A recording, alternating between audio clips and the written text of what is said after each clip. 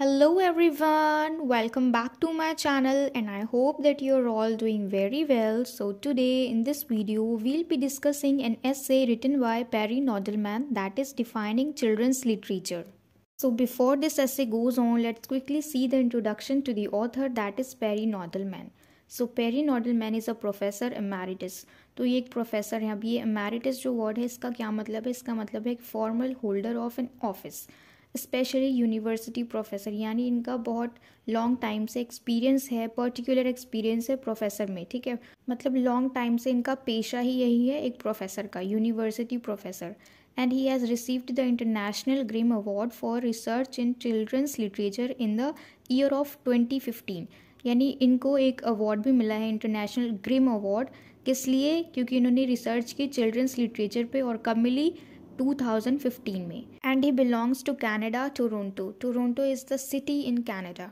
So it's the little introduction to the author. अब हम चलते हैं हमारी ऐसे की तरफ. तो ये जो ऐसे है, सबसे पहले तो जो हमारे ऑथर हैं, ठीक है, इन्होंने एक बुक लिखी थी जिसका नाम था द हिडन एडल्ट. ठीक है, यानी एक छिपा हुआ एडल्ट. और इसका पूरा नाम है the hidden adult defining children's literature. और ये जो एस्सी है, इनके इस बुक का 3rd चैप्टर का फर्स्ट सेक्शन है. ठीक है, यानी एक पूरी बुक है जिसका नाम है the hidden adult.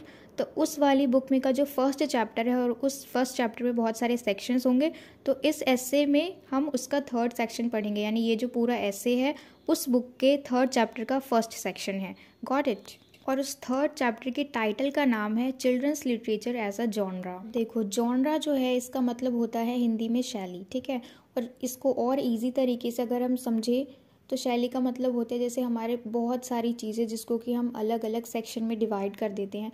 For example, जब हम छोटे थे तब हमारे पास बहुत सारे सब्जेक्ट थे, Hindi, English, math, science, SST. ठीक है, और साथ में था हमारा ड्राइंग. तो हम इन सारे सब्जेक्ट को बहुत ही ज़्यादा प्रायोरिटी देते हैं, और जो ड्राइंग है उसमें ज़्यादा मेहनत नहीं करते. क्यों? क्योंकि वो बहुत ही ईजी होता है. लेकिन देखा जाए तो ड्राइंग जो है वो भी हमारे लिए बहुत ज़्यादा इम्पॉर्टेंट है. ठीक है, ताकि क्योंकि वो जो ड्राइंग सब्जेक्ट है वो बच्चे के माइंड को, कि उसके अंदर कितनी क्रिएटिविटी है वो दिखाती है. ठीक है, तो ड्राइंग सब्जेक्ट भी उतना ही मेन है जितना बाकी सब्जेक्ट है. तो इसी तरीके से जब हम यूनिवर्सिटी में आते हैं तो हमारे अलग अलग सब्जेक्ट होते हैं, जैसे कि अभी होते हैं. ठीक है, अगर वो एसएसटी है तो हम उसको एसएसटी ना बोल के उस बुक का कुछ और नाम होता है. फॉर एग्जाम्पल, जैसे अभी हमारे पास सब्जेक्ट्स हैं, अभी आप लोगों के पास सब्जेक्ट हैं जैसे modern India writing in English translation, और ब्रिटिश लिटरेचर, वुमेंस राइटिंग. और आज जो हम कर रहे हैं वो है literature for children and young adults. तो अभी बहुत सारे क्रिटिक्स हैं जो क्या कहते हैं कि जो लिटरेचर है, चिल्ड्रंस लिटरेचर है, इट इज़ नॉट इम्पॉर्टेंट. ठीक है, तो हम यही जानेंगे इसमें कि ये जो चिल्ड्रंस लिटरेचर है this is also a genre. ठीक है, यानी ये भी इम्पॉर्टेंट है, इसको भी हम जॉनरा में काउंट करेंगे, इसको ऐसे ही हल्के में नहीं लेंगे. ठीक है, तो चलिए अब हम वापस से अपने पॉइंट पे आते हैं. तो फिर हमारे ऑथर जो हैं वो अपनी लिखी हुई बुक के फर्स्ट चैप्टर पे आते हैं जिसका नाम है 6 टेक्स्ट, यानी 6 इस ऐसे तरह की लिखावट, 6 ऐसे राइटिंग्स जिसमें कि वो सारी चीज़ें हमें बताते हैं. और ये 6 की 6 राइटिंग्स कौन सी हैं? चिल्ड्रंस लिटरेचर पे बेस्ड है. ठीक है, इनमें से वो 6 स्टोरीज़ कौन कौन से हैं वो डिस्कस करते हैं. पहला है द पर्पल जार, उसके बाद है एलिस एडवेंचर इन वंडरलैंड जो कि हम कर चुके हैं पहले, जो कि लुइस कैरल ने लिखा था. उसके बाद है डॉक्टर डूलिटल, उसके बाद है हेनरी हगिन्स, फिर है the Snowy Day, and then the last one is Plain city.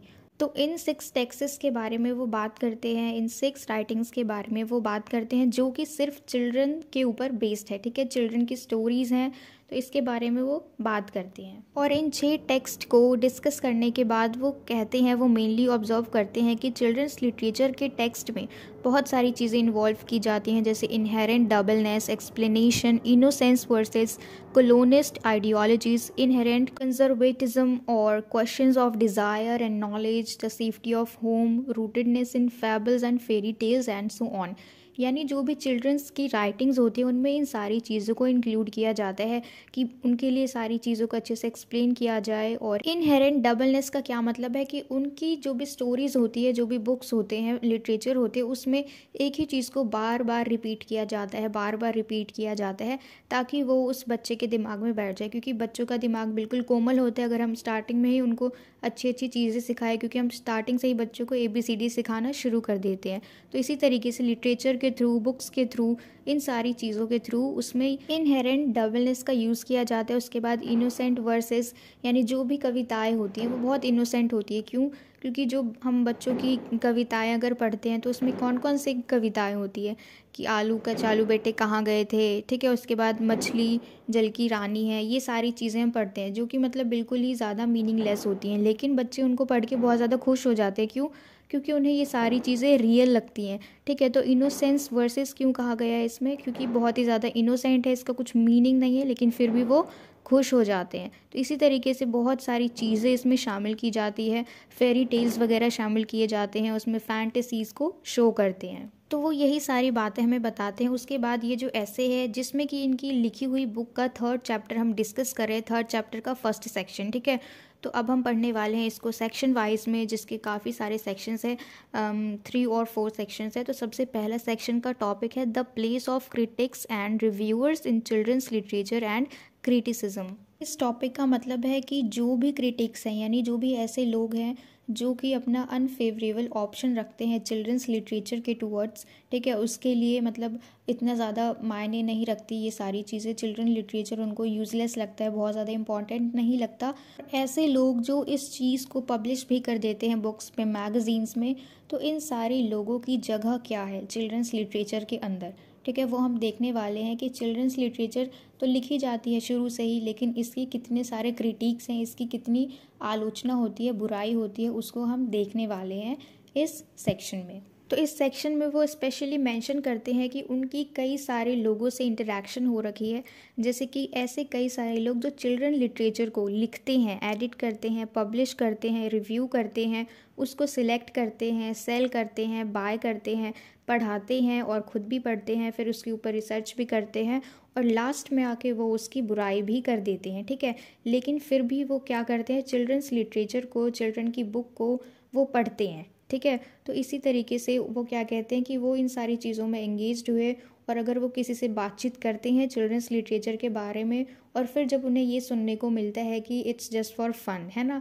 कि मतलब वो सीरियस नहीं लेते हैं क्योंकि उसमें कुछ भी रियलिटी नहीं होता, उसमें बच्चों की नॉनसेंस कहानियाँ होती हैं, नॉनसेंस स्टोरीज़ होती हैं, तो फिर ये उस वक्त उनको बहुत ही ज़्यादा तर्कता से जवाब देते हैं, यानी तर्क देते हुए, रीजंस देते हुए इस चीज़ को एक्सप्लेन करते हैं कि चिल्ड्रंस लिटरेचर क्यों ज़रूरी है। क्योंकि most of the people think कि ये सिर्फ फ़न के लिए होता है, हमारे मन को हल्का कर देता है, तो ऐसे ही टाइम पास के लिए, लेकिन ये टाइम पास नहीं है, ये हमारे ऑथर इस पूरी ऐसे में प्रूव करना चाहते हैं। और उसके बाद हमारे ऑथर बताते हैं कि किस तरीके से जो नॉर्मल पीपल हैं वो किस तरीके से उनकी जो ग्रास्प है चिल्ड्रंस लिटरेचर को पकड़ने में, उनकी जो पकड़ है वो कितनी ज़्यादा बेसिक है। They didn't even know how it works. उन्हें ये भी नहीं पता कि ये जो चिल्ड्रन लिटरेचर है ये किस तरीके से काम करता है, वाई इट इज़ इम्पॉर्टेंट, कि ये क्यों ज़रूरी है।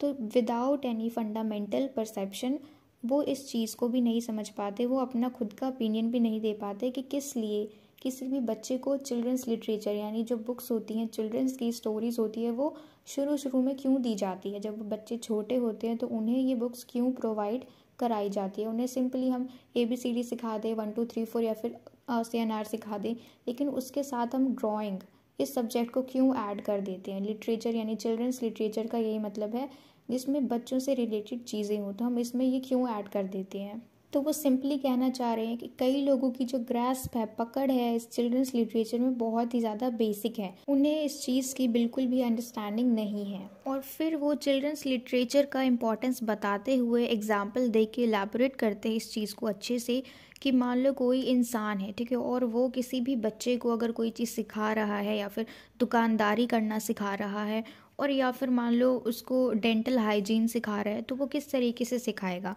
वो सारे पहले वो फ़ोटोज़ दिखाएगा, पिक्चर्स के थ्रू उसके दिमाग में इंटरेस्ट लाएगा, इन सारी चीज़ों को करने के लिए पहले इनकरेज करेगा। किस तरीके से दूसरों को दिखा के, पिक्चर्स के थ्रू दिखा के, बुक्स के अंदर जो भी पिक्चर्स बने हुए हैं, इलस्ट्रेशंस बने हुए हैं, जो चिल्ड्रंस बुक में हैं, कहानियों के थ्रू, बच्चों की कहानियों के थ्रू, इन सारी चीज़ों के थ्रू वो उस बच्चे को और ज़्यादा आगे इनकरेज करते हैं। उसके बाद हमारे ऑथर बोलते हैं कि अगर किसी भी इंसान को अगर पियर बॉर्डियू के टर्म्स का, यानी ये एक फ्रेंच सोशियोलॉजिस्ट है और जिस तरीके से ये चीज़ों को परसीव करते हैं, अपने थॉट्स रखते हैं, अगर ऐसा कोई इंसान करे तो ऐसे में तो फिर वो चिल्ड्रंस लिटरेचर के ऊपर कॉमन एट्रीब्यूट्स खुद ही बना दे, खुद ही अपने ओपिनियंस रख दे चिल्ड्रंस लिटरेचर के ऊपर। उसके बाद हमारे ऑथर कहते हैं कि ये जो चिल्ड्रंस लिटरेचर है ये यूज़लेस है या इम्पॉर्टेंट है, ये सारे काम किसके हैं? रिव्यूअर्स के और क्रिटिक्स, यानी ऐसे लोग जो चिल्ड्रंस लिटरेचर के ऊपर अनफेवरेबल ओपिनियन देते हैं, ठीक है, उसके अगेंस्ट रहते हैं मोस्ट ऑफ द टाइम। यही लोग जो चिल्ड्रंस लिटरेचर के क्रिटिक हैं और रिव्यूअर्स हैं, ये काम इनका ही है कि वो डिसाइड करे कि ये कैसे इंपॉर्टेंट है, ठीक है, उसको फिगर आउट करे चिल्ड्रंस लिटरेचर को कि ये किस तरीके से काम करते हैं, उनका क्या ओपिनियन है और किस तरह के टेक्स्ट्स जो हैं, जो राइटिंग्स हैं वो पावरफुल हैं और किस तरीके के राइटिंग्स को इंटरप्रेट करना चाहिए, छापना चाहिए या नहीं छापना चाहिए। तो ये सारा काम किसका है? रिव्यूअर्स का और क्रिटिक्स का। उसके बाद वो बोलते हैं जो भी ऑथर्स होते हैं चिल्ड्रंस लिटरेचर के, वो किस तरीके से अफेक्टेड होते हैं कि टेक्स्ट को किस तरीके से कंज्यूम किया जा रहा है, किसके थ्रू? क्रिटिक्स के थ्रू और रिव्यूअर्स के थ्रू। तो ये था हमारा सेक्शन 1। अब हम सेक्शन 2 देखेंगे जिसका टॉपिक है स्कॉलरी अमनेशिया इन चिल्ड्रंस लिटरेचर। इसका क्या मतलब है? अमनेशिया का सिंपली मतलब होता है लॉस ऑफ मेमोरी, यानी यादें खो जाना, ठीक है। तो स्कॉलरी अमनेशिया का क्या मतलब है?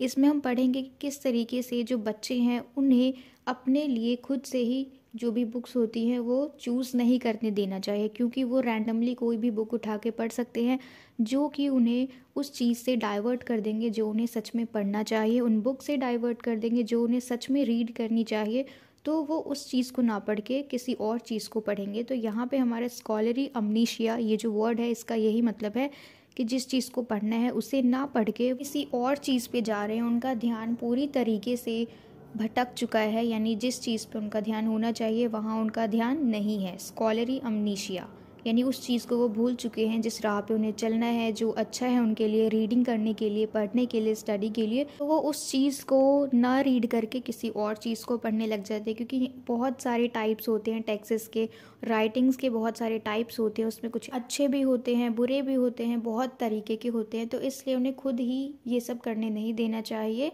बल्कि उनके लिए हम जो बड़े लोग हैं हमें डिसाइड करना चाहिए कि उन्हें किस तरीके की बुक्स प्रोवाइड कराना चाहिए।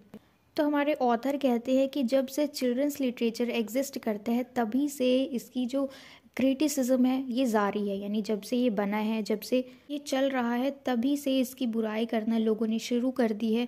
क्योंकि वो इसकी बुराई क्यों करते हैं? उन्हें लगता है कि इसमें कुछ रियलिटी नहीं होती है, सब कुछ नॉनसेंस होता है, क्योंकि बच्चे जो इमेजिन करते हैं उसमें यही सारी फैंटेसीज़ होती हैं, इमेजिनरी चीज़ें होती है, कुछ भी रियल नहीं होता है, यूटोपिया होता है। तो इसलिए ये लोग बहुत ज़्यादा इसको सीरियस नहीं लेते हैं, ठीक है। तो क्रिटिक्स जो हैं वो क्या कहते हैं कि इतना इम्पॉर्टेंट नहीं है स्टडी के फील्ड में। तो फिर वो हमें बताते हैं कि सारा ट्रीमर जो है उन्होंने अपनी एक स्टेटमेंट दी थी 19th सेंचुरी में, जिसमें उन्होंने कहा था कि जो बच्चे हैं उन्हें खुद से हम जो उन्हें अलाउ कर देते हैं ना कि किसी भी तरीके की वो बुक्स उठा के पढ़ने लग जाए, या फिर उन्हें किसी ने रैंडमली कोई बुक दे दी तो वो पढ़ने लग जाए, तो इस चीज़ के अगेंस्ट सारा ट्रिमर ने अपनी आवाज़ उठाई थी कि हमें ऐसे ही बच्चों को कुछ भी पढ़ने के लिए अलाउ नहीं करना चाहिए, बल्कि उन्हें हम खुद से चूज़ करके दें कि उन्हें क्या पढ़ना चाहिए, क्या नहीं पढ़ना चाहिए। तो तब से उनके बोलने के बाद जब उन्होंने इस चीज़ के ऊपर उंगली उठाई, जब उन्होंने इसके लिए आर्ग्यू किया, उसके बाद से ये एक बहुत ही ज़्यादा इम्पॉर्टेंट कॉन्सर्न बन गया कि बच्चों को किस तरीके के बुक्स देनी चाहिए उन्हें पढ़ने के लिए, और अगर वो कुछ पढ़ रहे हैं तो इससे पहले उन्हें अपने पेरेंट्स को बताना चाहिए कि वो क्या चीज़ पढ़ रहे हैं और क्या उनका कर्तव्य है, क्या वो काम करेंगे इसके टूवर्ड्स। मीन्स कि कुछ भी पढ़ने से पहले बच्चों का कर्तव्य होता है कि अपने पेरेंट्स से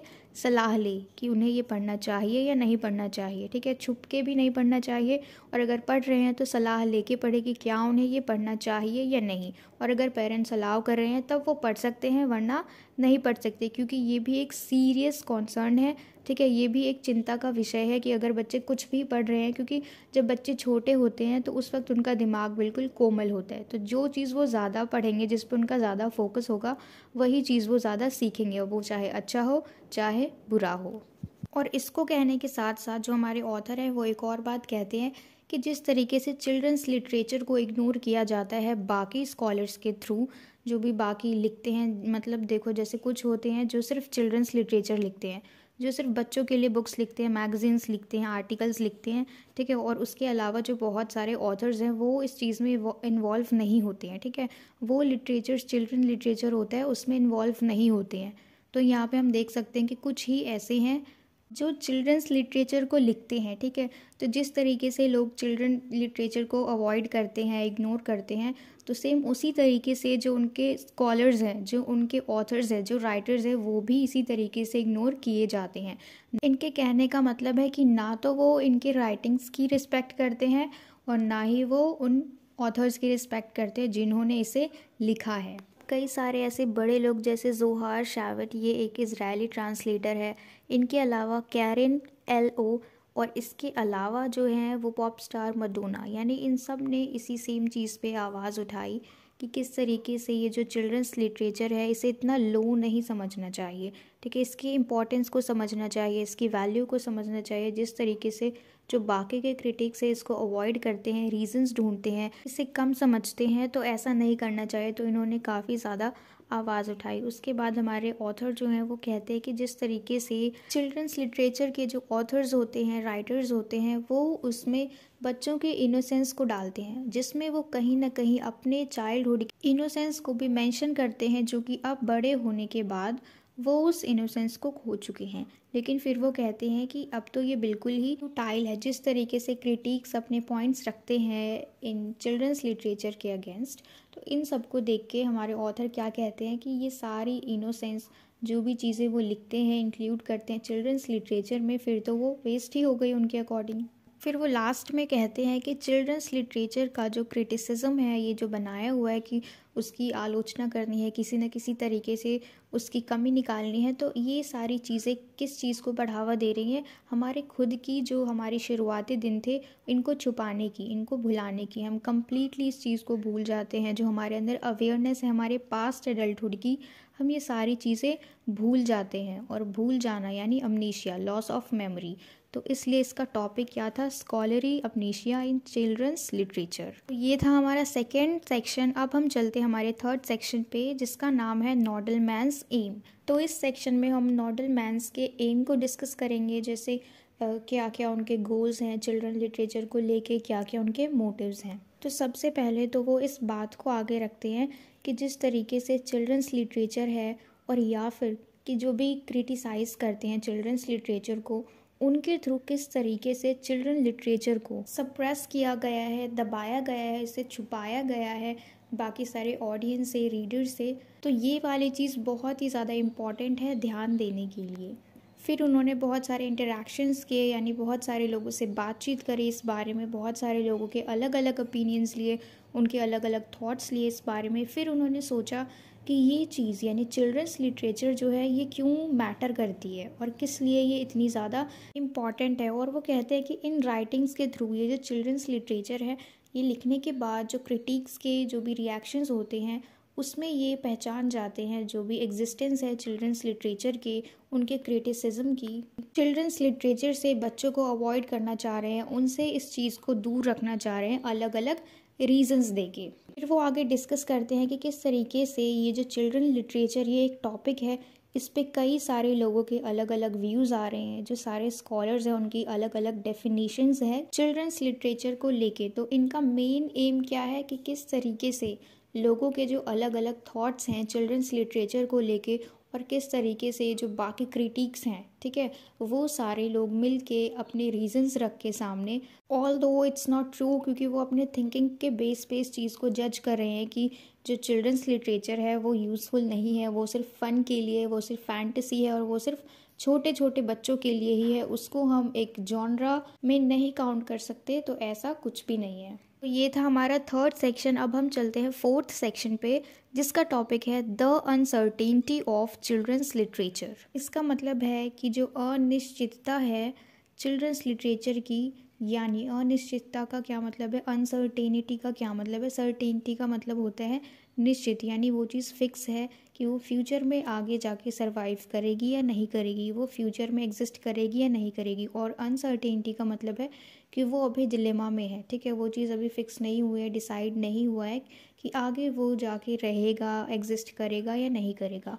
तो चिल्ड्रंस लिटरेचर क्या आगे जाके एग्जिस्ट करेगा या नहीं करेगा, तो ये एक अनसर्टेनिटी है, ये क्लियर नहीं है कि ये रहेगा या नहीं रहेगा, ठीक है।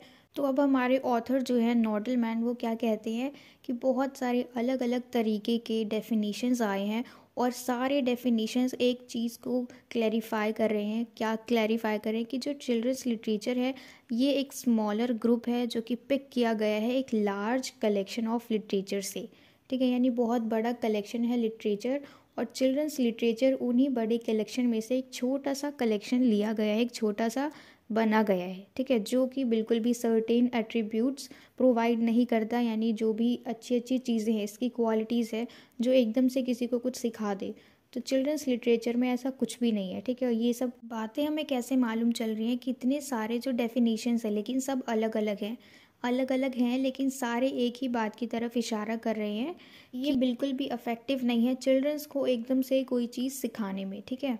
इन्हीं अलग अलग डेफिनेशंस की वजह से कैथरीन जोन्स अपने पॉइंट को आगे रखती हैं, अपनी बात को आगे रखती हैं कि ये सारी अनसर्टेनिटीज़ जो हैं वो चिल्ड्रंस लिटरेचर को बहुत ही ज़्यादा इम्पॉसिबल टर्म बना रही है एग्जिस्ट करने के लिए, ठीक है। क्योंकि सारे तरफ से एक ही क्वेश्चन आए जा रहा है और एक ही बात बोली जा रही है। भले बोलने वाले बहुत सारे लोग हैं लेकिन उनका जो बोलने का तरीका है वो सब अलग है, भले सब अलग है लेकिन बात एक ही बोली जा रही है कि ये बिल्कुल भी इफ़ेक्टिव नहीं है, बिल्कुल भी बेनिफिशियल नहीं है चिल्ड्रंस के लिए। ये क्या है, सिर्फ फ़न के लिए है, फैंटेसीज़ है इसमें। तो ये सारी बातें बोली जा रही है लेकिन अलग अलग तरीके से। तो इन्हीं सारी बातों के साथ कैथरीन जोन्स क्या कहती हैं कि ये सारे डेफिनेशंस जो हैं चिल्ड्रंस लिटरेचर के लिए, ये सब इम्पॉसिबल टर्म बना रहे हैं चिल्ड्रंस लिटरेचर को आगे एग्जिस्ट करने के लिए। और तभी हमारे ऑथर इन कॉन्ट्रास्ट बोलते हैं कि ऐसा कुछ भी नहीं है, ये जो है खुद में ही एक कन्फ्यूजिंग टर्म है, एक कन्फ्यूजिंग जॉनरो है, तो इसीलिए ये खुद में ही एक कन्फ्यूजिंग टर्म को क्रिएट करती है। तो फिर हमारे ऑथर आगे कहते हैं कि ये जो सारे डेफिनेशंस दूसरों के द्वारा दिए गए हैं ये सारे म्यूचुअली डिफीटिंग है, यानी एक साथ ही इस चीज़ को दबाते हैं, इस सच को दबाते हैं कि चिल्ड्रंस लिटरेचर जो है वो सच में बेनिफिशियल है, ठीक है। फिर वो कहते हैं कि कोई अगर सपोज करे कि वो एक ऐसा जवाब तैयार करे और इस जवाब को ऐसे ढंग से उन सब क्रिटिक्स के आगे रखे कि वो सारे ऑटोमेटिकली एक बार में ही रॉन्ग हो जाए और उसका जो व्यू है, जो उसका ओपिनियन है, वो करेक्ट हो जाए। तो ये था हमारा 4th सेक्शन। अब हम चलते हैं 5th सेक्शन पे, जो कि है नॉडलमैन्स पोजीशन एंड मेथोडोलॉजी। इसमें हम पढ़ने वाले हैं कि किस तरीके से नॉडलमैन ने अपनी पोजीशन को बनाए रखा, ठीक है, और किस तरीके से अपने मेथड को यूज़ किया स्टडी फील्ड में, कि किस तरीके से कैसे कैसे उन्हें किन किन चीज़ों को, किन किन एलिमेंट्स को किस तरीके से यूज़ करते हैं अपनी राइटिंग्स में। तो सबसे पहले तो वो बोलते हैं कि जब बाकी सारे ऑथर्स, यानी जो भी उनके क्रिटिक्स हैं, जो भी उनके राइटिंग्स के क्रिटिक्स हैं, चिल्ड्रंस लिटरेचर के क्रिटिक्स हैं, उनके अपोजिशन में जो भी हैं, ठीक है, अगर उनके सामने वो अपनी पोजीशन को देखे तो उनके सामने तो ऑटोमेटिकली ये नीचे हैं, क्योंकि उन्होंने बहुत सारे ऐसे पॉइंट रख दिए हैं चिल्ड्रंस लिटरेचर के बारे में कि वो अपने आप को खुद ही ऊपर फील नहीं कर पा रहे हैं। लेकिन उसके बावजूद भी वो कैसा फील करते हैं, उनके प्रति हॉस्टाइल फील करते हैं, यानी उन्हें ऐसा फील होता है जैसे वो लोग एनिमी हैं, ठीक है, क्योंकि वो लोग बातें ही ऐसी करते हैं। जब सबका फील्ड सेम है, जब सारे राइटिंग्स ही लिख रहे हैं, तो they should respect each other, है ना। लेकिन यहाँ पे उनके साथ हमारे ऑथर को ऐसा फील होता है जैसे कि वो लोग इनके एनिमी हैं, ठीक है। तो फिर भी वो एम्फेसाइज करते हैं अपने रोल को, अपने पोजीशन को, कि किस तरीके से उन्होंने अपने आप को, अपनी पोजीशन को हाई रखा। उनकी बातों में आके उन्होंने इस चीज़ को नहीं छोड़ा, चिल्ड्रंस लिटरेचर को लिखना नहीं छोड़ा, इसकी राइटिंग्स को नहीं छोड़ा, ठीक है। उसके बाद वो बताते हैं कि किस तरीके से जो भी डेफिनेशंस थी, डिफरेंट टाइप्स के अलग अलग डेफिनेशंस थे चिल्ड्रंस लिटरेचर को लेके, और जिसमें अलग अलग तरीके से एक ही बात बोली जा रही थी कि ये यूज़लेस है, किसी काम का नहीं है। तो इन सारे व्यूज़ को देखने के बाद भी जो व्यूज़ उनके अंदर क्रिएट हुआ कि नहीं, ये बहुत ज़्यादा इम्पॉर्टेंट है, भले ही वो समझे या ना समझे, क्योंकि चिल्ड्रंस लिटरेचर को कंफ्यूजिंग कंसिडर कर दिया गया है। क्योंकि देखो, चिल्ड्रंस लिटरेचर ही एक ऐसा जॉनरा है जो कि कंफ्यूजिंग है, ठीक है। इसके बहुत सारे नेगेटिव पॉइंट्स भी हैं, लेकिन हम देखें तो इसके बहुत सारे पॉजिटिव पॉइंट्स भी हैं। तो चिल्ड्रंस लिटरेचर के अलावा बाकी सारे जॉनरा जो हैं उसमें सारी चीज़ें क्लियर हैं, उनमें कुछ भी कंफ्यूजिंग नहीं है, सब कुछ क्लियर है। अब ये अकेला एक ऐसा चीज़ बचा है जो कंफ्यूजिंग है, तो इसका मतलब ये अपने आप में बाकी सबसे अलग है, बाकी सबसे यूनिक है, तो ये एक टर्म खुद से क्रिएट करता है। तो इस तरीके का व्यूज़ हमारे ऑथर अपने आप में क्रिएट करते हैं। इसी थिंकिंग के साथ इन्होंने चिल्ड्रंस लिटरेचर पे गिव अप नहीं किया। ठीक है, तो इसी के साथ हमारा ये पूरा ऐसे ख़त्म होता है और मुझे पूरी उम्मीद है कि आपको ये पूरा ऐसे अच्छे से क्लियर हो गया हो, कोई डाउट्स ना रहे हो। And if so then please let me know in the comment box if you like this video and share it with your friends as well so that they can get help from it. And don't forget to subscribe my channel. Until we meet in the next video, keep learning.